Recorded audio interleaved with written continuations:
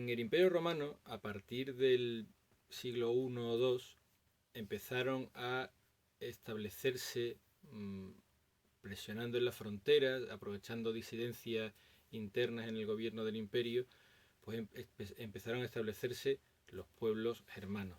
Primero fueron como colonos, fueron trabajando las tierras, obtuvieron facilidades por parte de los gobernantes para ocupar tierras baldías y se fueron estableciendo a lo largo de los siglos I, II, III.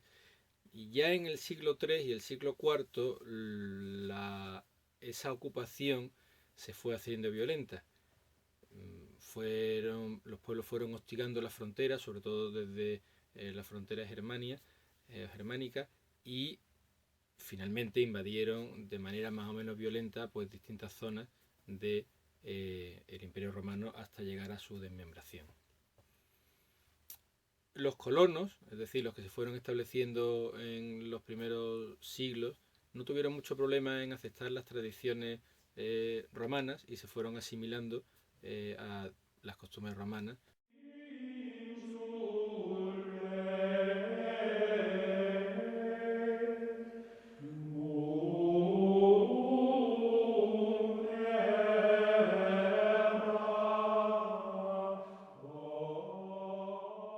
Ni tampoco con la religión. A partir del edicto de Milán, en el 313, se deja de perseguir a los cristianos porque se da libertad de culto en el imperio y el cristianismo, que había estado estos años o estos siglos primeros muy perseguido, pero ha ido creciendo fuertemente, pues cobra mucha fuerza.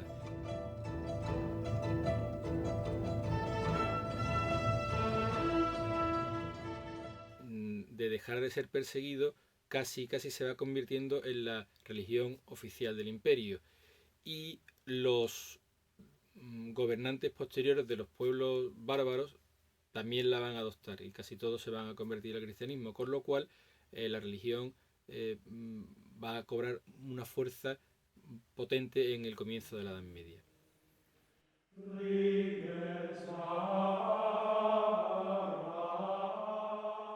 Los primeros cultos religiosos cristianos bebían de la tradición judía en sus cantos y de la tradición griega en sus cantos, y eran cantos monódicos, es decir, con una sola línea melódica, una sola voz.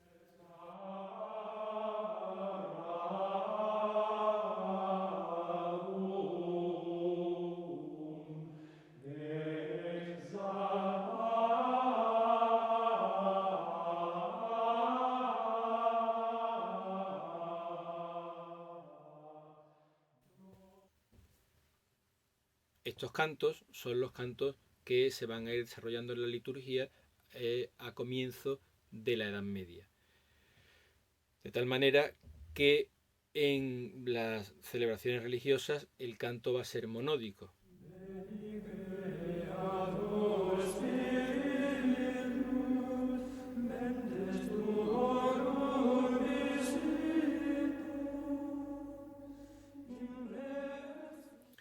A comienzos de la Edad Media, la vida se concentra en torno a o los castillos o los monasterios. Pequeñas aldeas, pero castillos y monasterios. Y es en los monasterios en donde, proveniente del canto monódico que ya hemos visto, es ahí donde se desarrolla un tipo de canto que va a ser conocido como canto gregoriano. En torno al siglo VI y hasta el siglo IX es el momento de mayor apogeo de este tipo de música, de este tipo de canto, aunque aún hoy sigue vigente. Pero a partir del siglo IX empieza a evolucionar y empieza a haber presencia de otro tipo de música. Del siglo VI al IX, el canto gregoriano va a presentar estas características. Es un canto monódico, como ya hemos visto, es un canto a capela, tiene ritmo libre, se canta en latín y sus temas son evidentemente religiosos, por cuanto son monjes que utilizan el canto para orar. ¿Qué significan cada una de estas cosas? El canto monódico, la monodía, es una sola melodía, una sola voz, como hemos visto. Es decir, que aunque haya 50 personas cantando, todos cantan lo mismo de manera simultánea, una sola melodía, una sola línea melódica, una sola voz, ¿de acuerdo? A capela. A capela quiere decir sin instrumentos, y el término a capela precisamente viene de los usos de los monjes y del canto gregoriano. Los monjes, antes de comenzar su jornada laboral, se reunían para orar, iban a la capilla y cantaban este tipo de canto.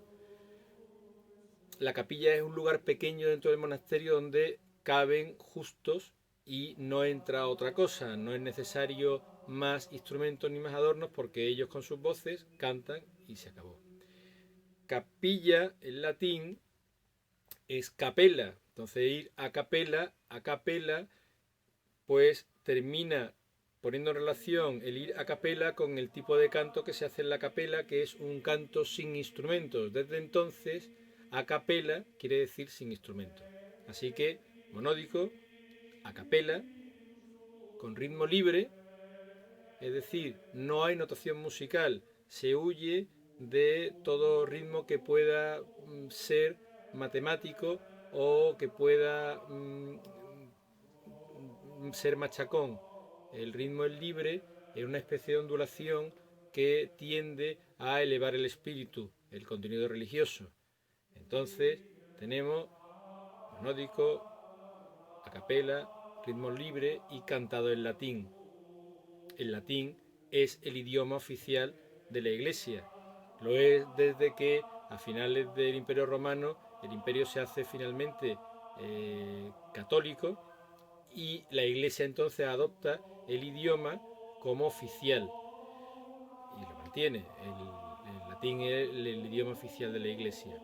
Además, facilita mucho la relación entre monjes que provienen ya desde otros sitios donde no se habla latín, es decir, vienen de distintas zonas de Europa, donde ya el latín se ha ido quedando aislado y ha evolucionado hacia lo que luego van a ser las distintas lenguas europeas, donde está el español, el francés, el italiano, y como ya empiezan a diferenciarse, el hablar el latín les permite comunicarse dentro del monasterio.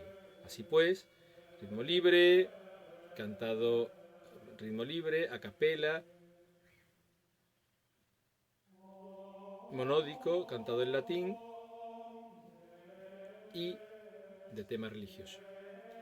El nombre de canto gregoriano se adopta a partir del siglo VII, que el Papa Gregorio Magno, San Gregorio Magno luego, decide normalizar los cantos que se están haciendo en los distintos monasterios de las distintas zonas de Europa. Es decir, pone en relación cómo se está cantando en las distintas zonas, pone unas normas y esas normas terminan bautizando al tipo de canto que se hacía en los monasterios, el canto gregoriano.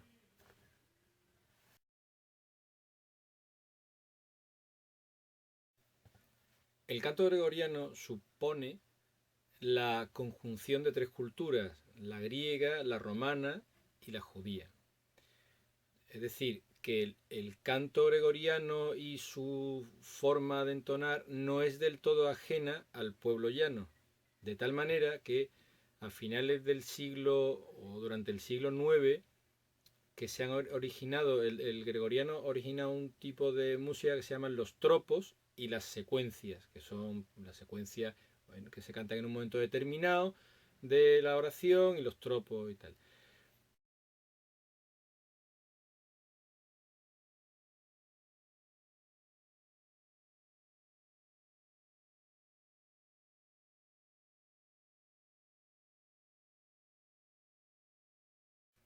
Esa música sale de los monasterios y se incorpora al canto popular. Y ya con otro tipo de contenido que no es religioso. Es decir, a través de los goliardos, que son curas que abandonan los hábitos, o monjes que abandonan el monasterio, pero llevan consigo ese conocimiento de la música, pues se dedican a cantar para ganar dinero. Evidentemente tienen que cantar temas que le interese a la gente que va por los caminos o en las pequeñas aldeas o en los pequeños sitios de encuentro. Así nace en torno al siglo IX y X la figura del trovador. El trovador es un personaje que gana dinero con el florecimiento de una economía monetaria, gana dinero cantando historias de amor o el amor cortés o de héroes caballerescos y de grandes hazañas de caballería. Entonces se reúne en la plaza de alguna aldea o de algún pueblo o en un cruce de camino donde pueda pasar gente y ahí pues hace sus cantos.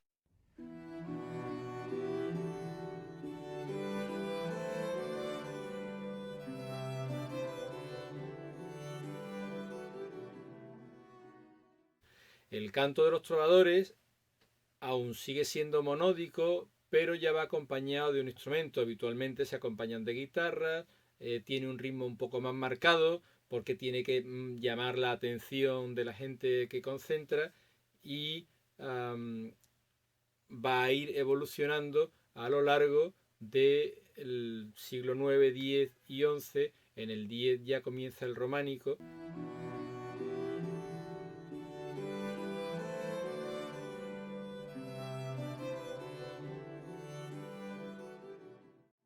A partir del siglo X, el canto gregoriano se le van a ir sumando voces y va a ir facilitando, ya con el románico como estilo arquitectónico predominante, el nacimiento de la polifonía.